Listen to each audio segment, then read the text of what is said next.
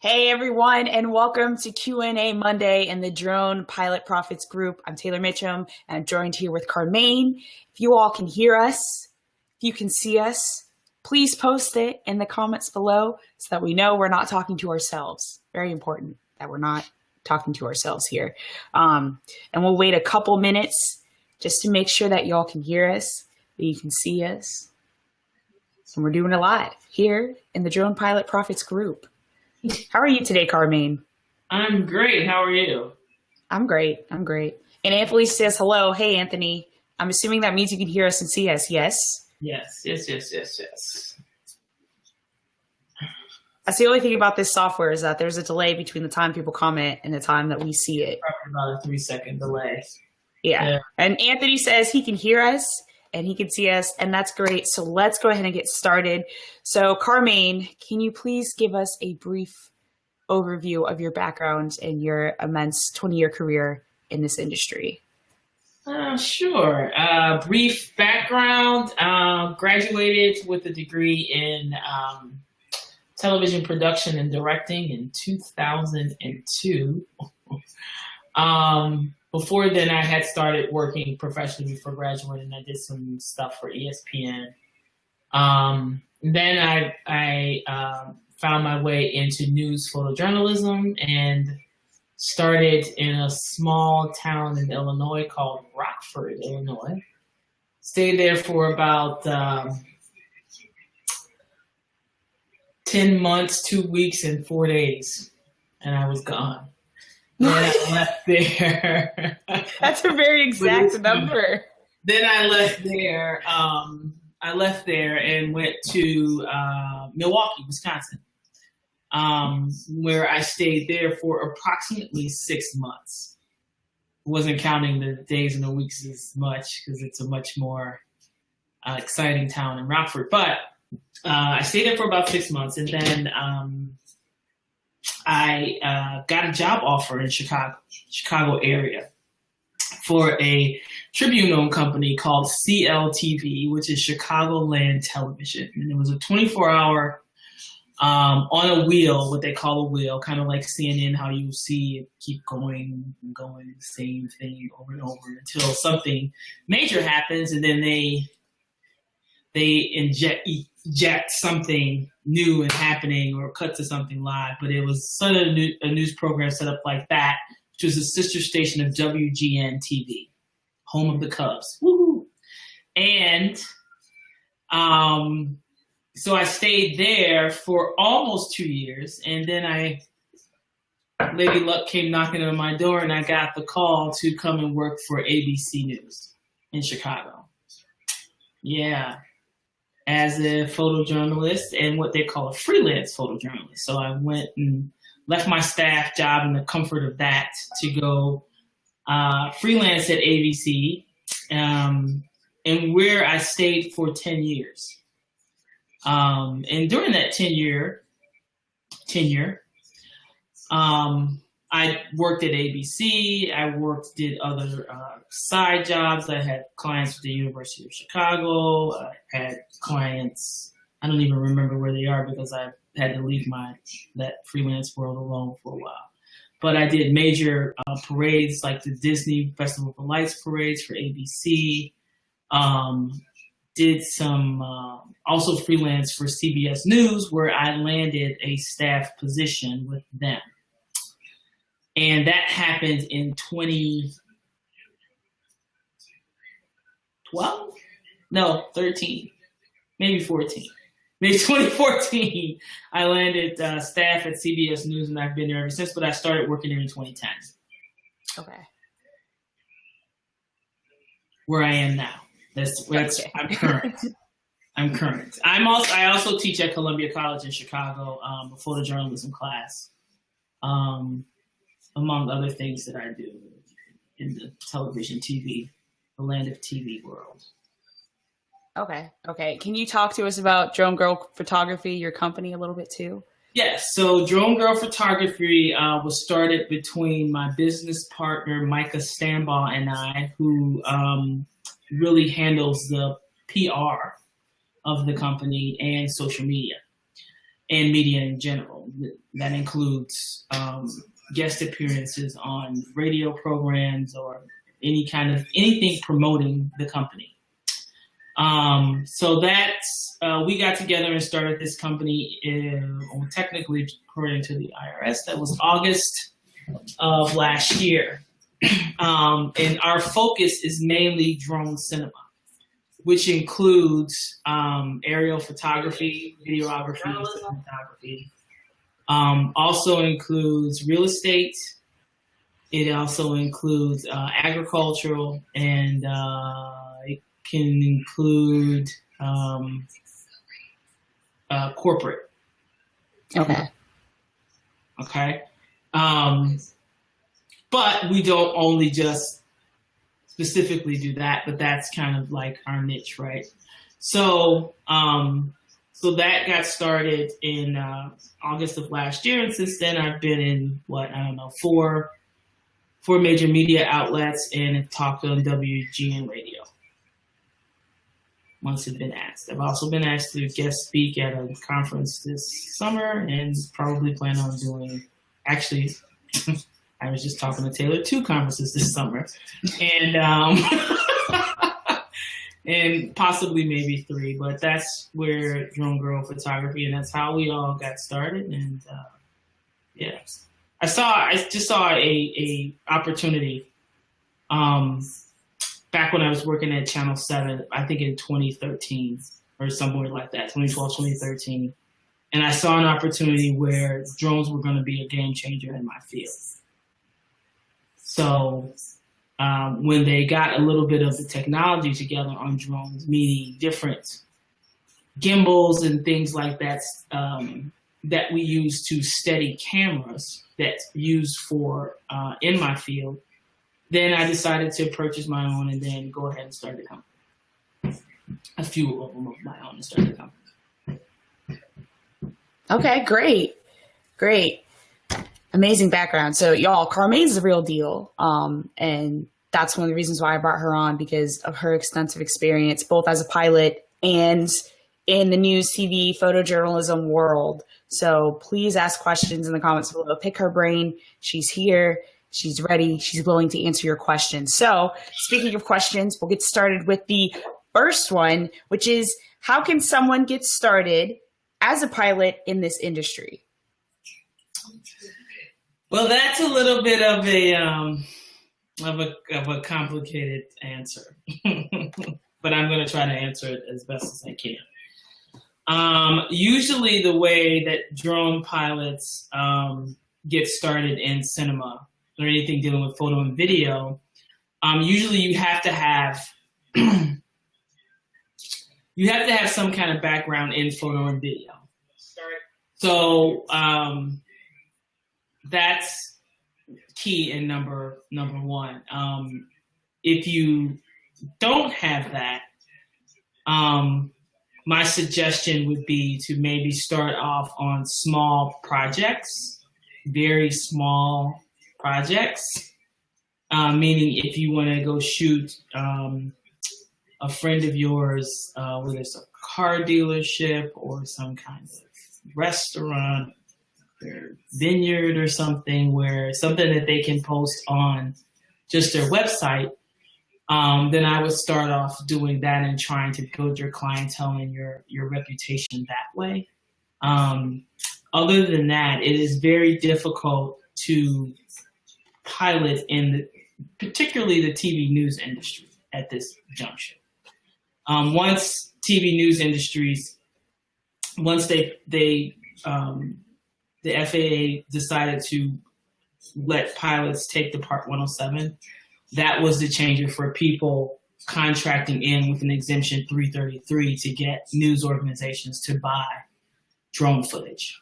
They no longer need that because they now have, there's quite a few networks that have their own drone licensed pilots within their organization. So, and like anything else, a lot of things in different industries, it's about really networking and who you know. and that's dealing in news and film and in documentaries. You have to network to get to know it and have a reputation. It's very difficult for someone to step outside who they don't have the experience. Because a director is not, the thing with photo and video and drones and cinema is that the photo part and the quality of your photos are paramount. That's it in a nutshell. It can't, and they don't have really the time or the patience to teach people different photography rules and film rules about composition, about what filters you need to use, about listening for your cues, about, they just don't. So my suggestion would be is to try to start off somewhere small if you can. Even if you're in a small town, at your local small town, it could be public access, and maybe you can ask to shoot some video of a promotional shoot that they're doing or something, and shoot the drone video for them. You got to start off small and try to build it up if you don't have the expertise. Absolutely. And that kind of leads into the second question that we have here. Say I'm committed. I hear you say get started with my local public cable access. What do I need to learn before I even go talk to them? So like I'm fresh. I'm awesome at flying a drone though. I'm great at flying a drone, but what do I learn before I go talk to people? Yeah, you need to, the drone stuff I think is once you learn how to, pilot it and you have a license in it, you okay? And it goes, you know how to operate it. It's just a matter of learning the aesthetics of television or film or photography. That's what's crucial and key to and that's a starting point. I mean, it's difficult to teach someone with my 20 years of experience in trying to gather it all up in a couple of hours of studying in a book or watching a couple of YouTube videos. Directors and particularly crewers and all of those people who are in charge of major productions, in charge of hiring people like myself, they look for experience and that they don't have to handhold. They don't have to do a lot of handholding. They don't have to do anything. You kind of know where you need to go, what trailer you need to go to, where you need to go to get started, where you need to go see. And that just comes with experience. So, but, to get started, learn the aesthetics of television, learn the aesthetics of photojournalism and photography. Do you have any resources that you suggest to our viewers of where they can learn about the aesthetics and the other things you just listed off? Are there any particular organizations or academic institutions that you suggest that they go to that are kind of there's sometimes your local college, universities, they do have workshops. Okay. You can do like starting workshops, beginning workshops, where you can learn the basics, photography 101. There is photography 101 for dummies. And of course, if you're using like an Inspire, where you can do the RAW or the X5 camera or something like where you can interchange cameras, then you have to know a little bit more about rigging the camera, what the camera can do, why you needed to do it, which is going to take you a little bit more extensive into some things. But and what kind of shot exactly that they're looking for, or what they need. Sometimes they're not even going to tell you what they're looking for. Sometimes they might, sometimes they may not. So, your local TV, college and universities. I personally, I am a advocate of the Poynter Institute. Sometimes we'll have things on there about photography, which is Poynter, Poynter Institute, which is attached to NPPA, which stands for National Press Photographers Association. There's a workshop you can go to. There's either NPPA if you don't want to do the whole school thing and just do maybe a 3-week or a 4-week crash course class or beginner's class, which is called the Maine workshops. It's an important Maine. When they had, and the setting is on a college campus there, but they have top-notch professionals who teach several different classes on photography, filmmaking, photojournalism, and video. Okay. I want to point out kind of a common theme to everybody here, kind of something that I've noticed throughout the past Q&A Mondays that we've had, is that every single person, whether we had construction a couple of weeks ago, and then we had John talking about thermography last week, and now we have Carmaine, they're all saying that you should go out and get yourself educated on the niche that you're serving. Carmaine saying that they have 3 to 4 week classes. You should look at the Poynter Institute, Poynter. John was saying last week that you should go to the ITC Institute. No, that's not right. But you should go to the thermography classes that they have online. I believe it's ITC's acronym. I made suggestions in the construction Q&A about going online and really learning about construction, reading the book that I posted in the group, and getting involved with other organizations and taking construction management classes online. And so if you're serious about getting into one of these niches, being a drone pilot in one of these industries, you have to go out and get yourself educated. So just want to point that out as a common theme, and great advice, Carmaine. So the next question we have is equipment, ? What equipment do I need? Is an Inspire 1 required? Do I need the X5? Let's say I've committed. I said, okay, I signed up for this 5-week crash course on everything there is to know about photography and journalism and all of that. I went through the crash course, and now they're letting me out into the world. I got my Part 107. What equipment do I need? Depends on your client. Oh, gosh. I know that's the answer for everything, right? I know. It depends on your client and what your client is looking for. Obviously, if you do one of the Phantom series, your range of motion as far as what the camera can do is limited, right? Because the Inspires are the only one that have 360-degree movement unobstructed. And so if you're dealing with the Phantoms, it can appeal to some clients.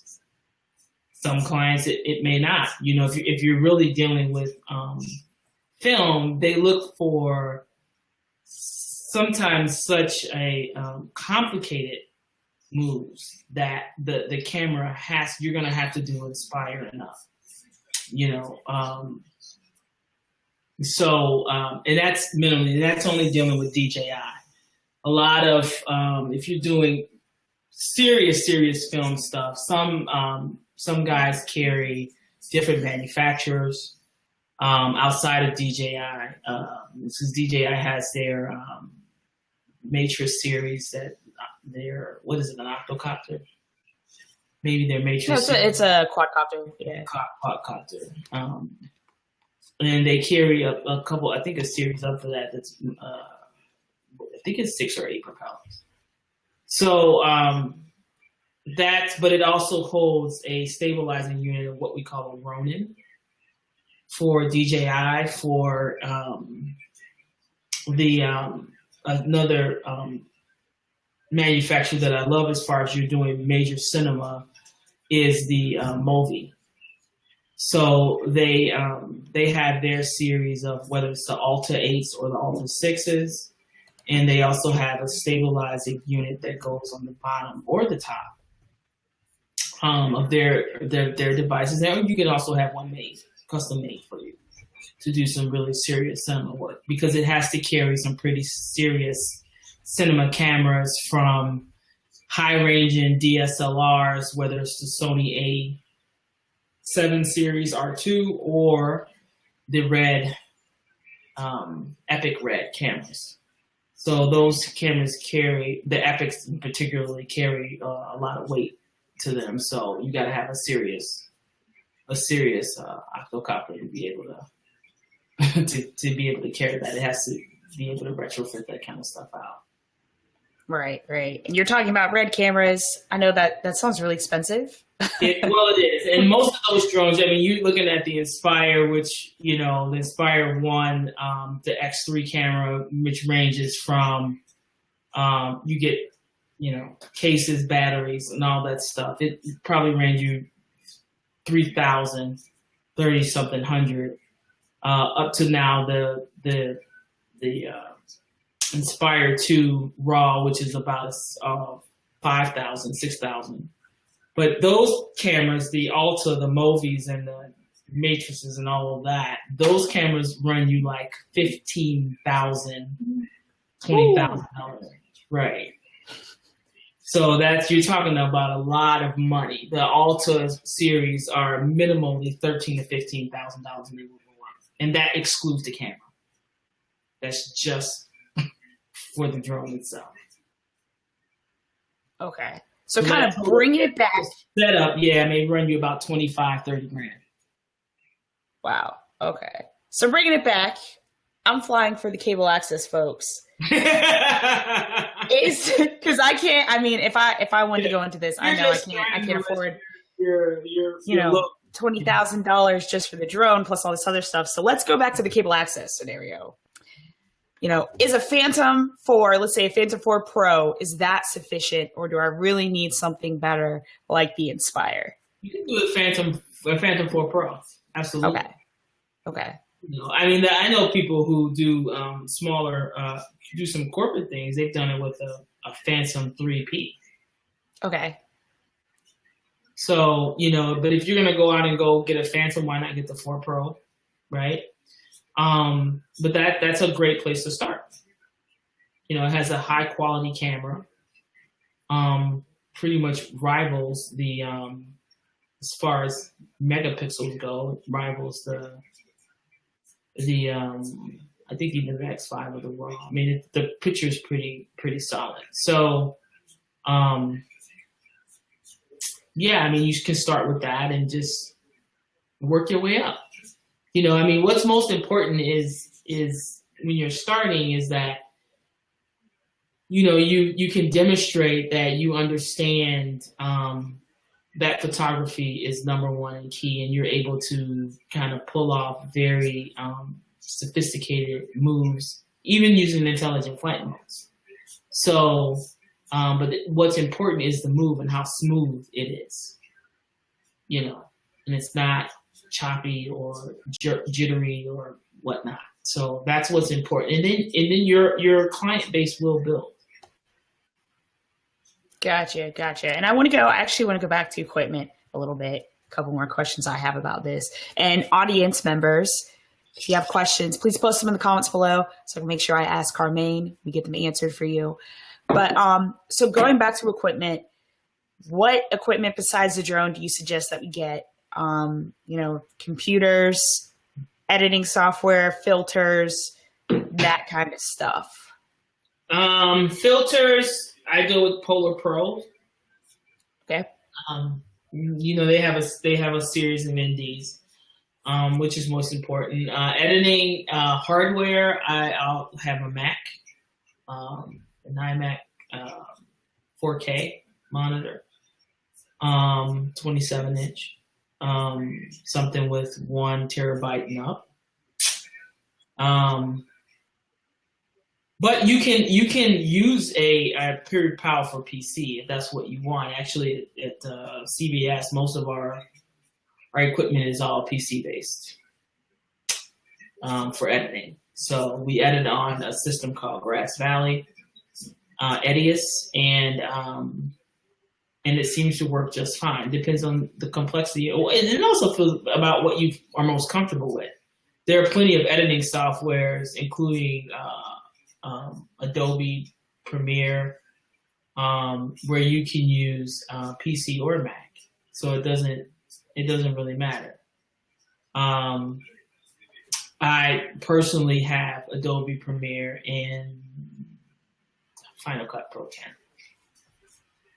Okay. So, yeah. So we got software, Adobe Premiere, Final Cut Pro 10, or Grass Valley, Mac or PC, but you prefer the Mac. And Polar Pro filters are what you recommend over everybody else. Yes. Which there aren't actually that many options out there as I've seen. I think there's one other brand. I can't There's remember. a few other brands out there but I've tried the other brands, and not to diss what they're doing, but I like the Polar Pro. Okay. Good indie filters. Okay. And what do you use in drone girl photography? I use Polar Pros. Okay. Oh, and the drone equipment? Yeah, the drones. What do you use? Sorry. So I use a Phantom 4. I was one of the lucky ones who got it before they discontinued it. And I use an Inspire. Oh my goodness.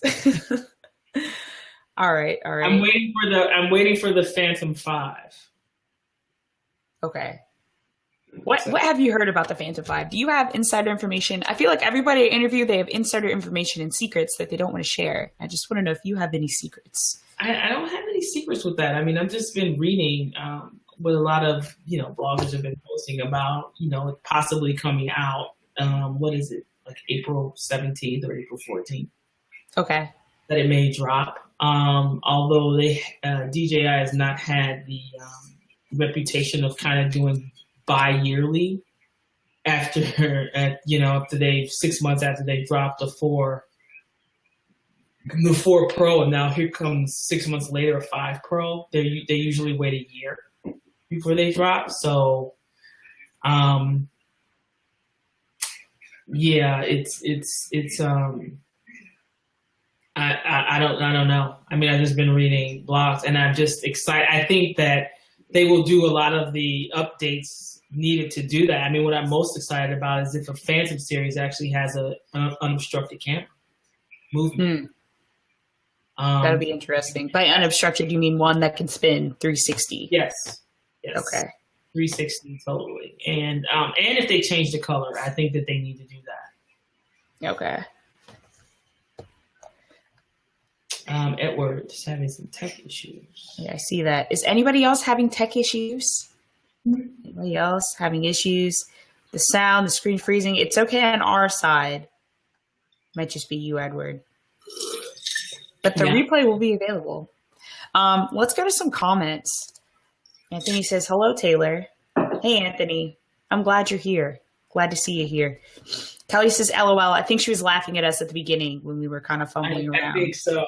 But hey, Kelly. I was talking about my Rockford comment. Yeah. Kelly, I was literally counting the days. It was pretty bad.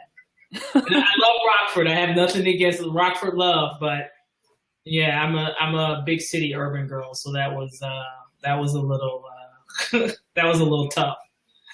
Oh man.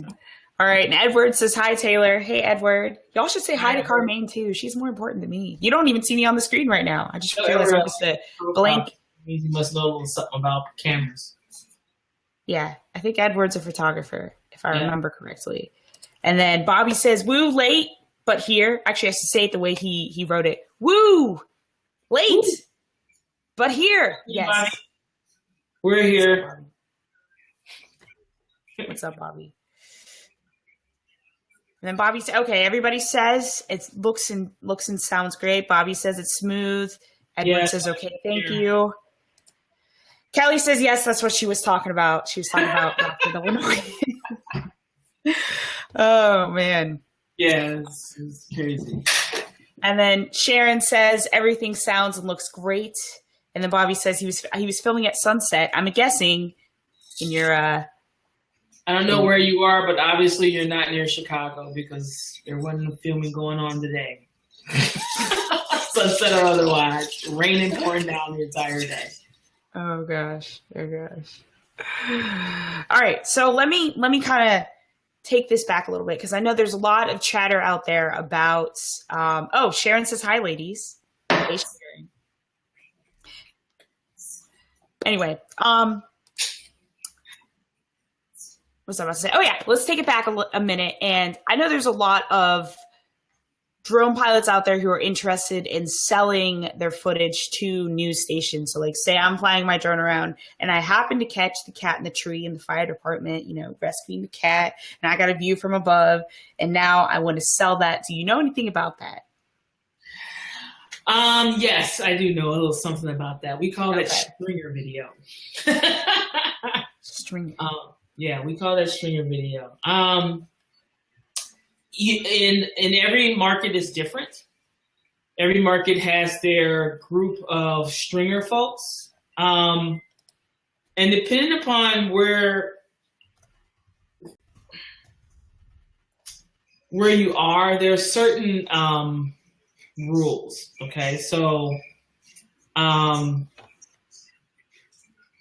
if you're just shooting normal video without a drone, people do it all the time. They have fabulous video that they capture. They call the station and say, listen, are you guys interested in getting this video of the actual action going on, not anything that usually happens after we show up, which is post after everything is already started. But the actual, whether it's a car accident, whether the car actually hitting the truck and the truck flipping over 45 times and somebody was just so happened to record it. So that actual video is up for sale at a price. Most, depending upon how badly the television station want it, what the story is, what the importance of the story is, the prices usually range from somewhere to $350 and up, probably no more than $1,000. But again, it depends on the story and it depends on what's happening. So, but normally, usually stringers get about $350, $500 per video.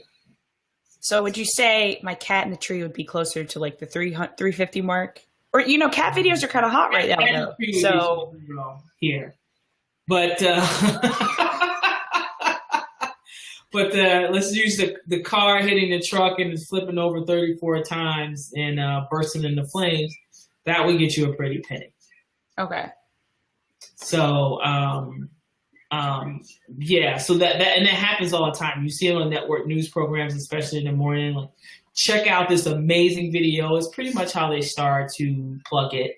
And you see that kind of video happening, and someone just so happens to have a camera rolling. Well, they called someone at CBS News in New York or ABC News in New York, or whatever the network is, and said, listen, we have this video. They say, send it to us. Let's take a look. They take a look at it, and they're like, absolutely, we'll buy that. Absolutely. And okay. Then it's made. The guy then says, well, how much can you sell this for? And sometimes they can sell it to multiple networks.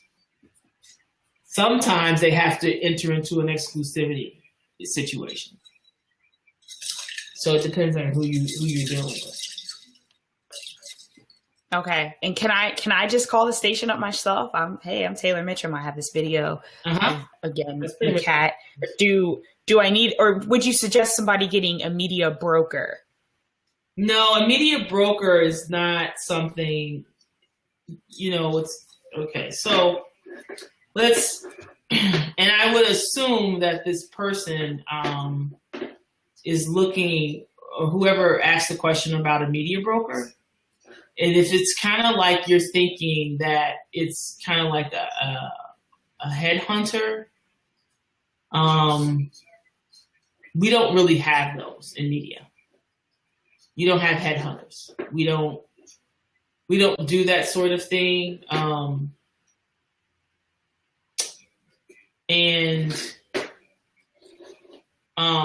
So that's not going to help you. An actual media broker is someone who makes arrangements. It is, let's see, so they define it as a media broker, a firm that aggregates websites for advertisers based on demographic, psychographic, and other factors of internet advertising. Whatever that means.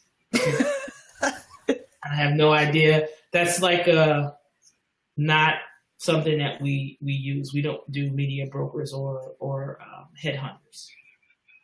You just pretty much call the station, and I don't know what in regards that question is that a media broker to get into a news stations or TV stations, get on Yeah, I think the context of that question was somebody had said that they were going through a media broker to sell their footage to news stations. So I would assume that this person who's going through the media broker is probably getting scammed or something else along those lines. Like if you're saying, yeah, no, I mean, all of that stuff happens because they just phone call, and regardless of again, depending upon what it is that you're capturing, you have to know the importance of what it is you're capturing.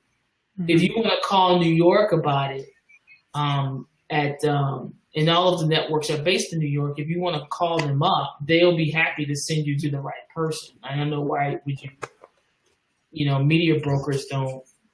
We have agents in our field, and they mostly deal with talent agencies. They deal with reporters, anchors, and getting their, moving them from job to job and basically promoting them to specific networks. But yeah, there's no media broker. Okay, so don't get a media broker because they're not real. Okay. It has nothing to do with you getting your film on TV. Gotcha. Okay, so just call up the station yourself. Real, have something good. It has nothing to do with you getting your footage on television. Okay, gotcha. So Bobby says he was in South Florida. That's why he got a film of the sunset. Well, that's yes. Not in Chicago. We have a question from the audience from Anthony. He says, have you ever gotten yelled at on sets? No. Really? That actually surprises me. I feel like I would get yelled at on set hourly, minute, Why? Or so. No, I've never gotten yelled at. I've seen other people get yelled at. I've witnessed that firsthand. But I personally have never gotten yelled at. No. And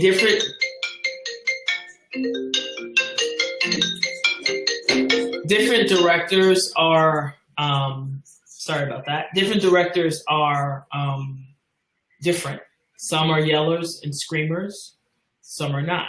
Some use expletives while they yell and scream. Some do not. So it just, like I said, I personally, that's never happened to me, but I've seen it happen to people, yes. Okay. Hopefully that answers your question, Anthony. Okay, so I just want to kind of review this, and if y'all have any last minute questions, anybody who's watching this, please put them in the comments below before I wrap it up. But so basically, if you want to get started, start with local, small kind of projects, corporate, maybe car dealerships, local public access stations, but also make sure you get yourself educated on the basics of videography and photography outside of drones, which is what Carmaine said earlier, but I want to make sure I understand. And then from there, you can kind of move on and end up at CBS News like her, right? Yeah, you gotta something like that. Yeah. Once you figure out some things, and then you have to. It's one of the things that a lot of people, I guess, what not knowing our business is it's you have to do a stepping stone situation. So I cannot graduate out of school and go work in New York, Chicago, or Los Angeles in television news. It's just not going to happen because you don't have any experience, and they will not hire you. There's just too much that you do not know. So, and they don't have, those are not training markets at all. In New York, whether it's a talk show or reality TV, it doesn't matter. There's just too much for people to teach you on a level where they're paying you for being a camera operator or being a documentary filmmaker or being a photojournalist. They're paying you a pretty nice, great salary for you to not know anything. That's not going to happen. If you don't know anything, they need to pay you as an intern, not as a working professional. So, getting into doing things like that, whether you want to be a network photographer or whatever the deal is, you have to do the time. You have to put in the work. You have to do the time. You have to go somewhere and stay 9 months, 10 weeks, and 4 days. You have to do that because they're not going to teach you there. The only thing they're going to do is show you the door if you mess up enough. And you know, there's such a thing, and it's not anything that's funny or made up, but people do get blacklisted. No one wants to work with them. They have such a bad reputation that they can't get hired. So, and you don't want that to happen. So you need to really prepare yourself for the industry and get do what you need to do, and work in those top level professional things. I'm not saying that people don't make mistakes, but I really honestly I can't tell you the last time that I did. It's a field where it's kind of unforgiving in that way. You kind of almost have to be perfect every day. And for us in news, it's under crunch deadlines. So you gotta really, when you get to Chicago, New York, and LA, you just really have to know what's going on. Yes. Great info, Carmaine.